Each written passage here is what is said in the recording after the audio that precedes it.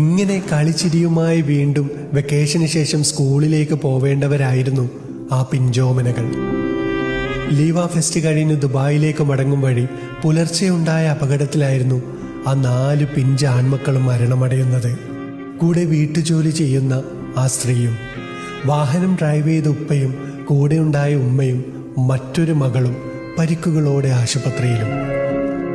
ഈ അപകടത്തിൻ്റെ കാരണം പുറത്തു വന്നില്ലെങ്കിലും ഒരു മനുഷ്യൻ 17 മണിക്കൂർ ഉറക്കമില്ലാതെ ഡ്രൈവ് ചെയ്യുന്നത് 0.5 ആൽക്കഹോൾ ശരീരത്തിലുള്ള ആളുകളുടെ അവസ്ഥയായിരിക്കുമെന്നാണ് പഠനം പറയുന്നത്.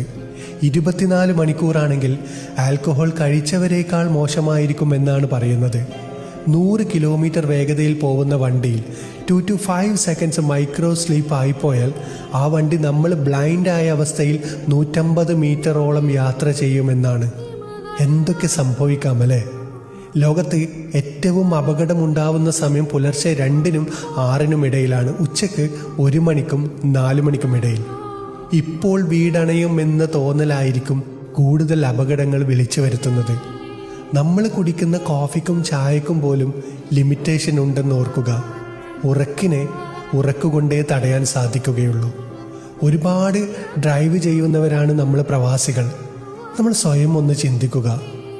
ആ മാതാപിതാക്കളുടെ ദുഃഖത്തിൽ നമ്മൾ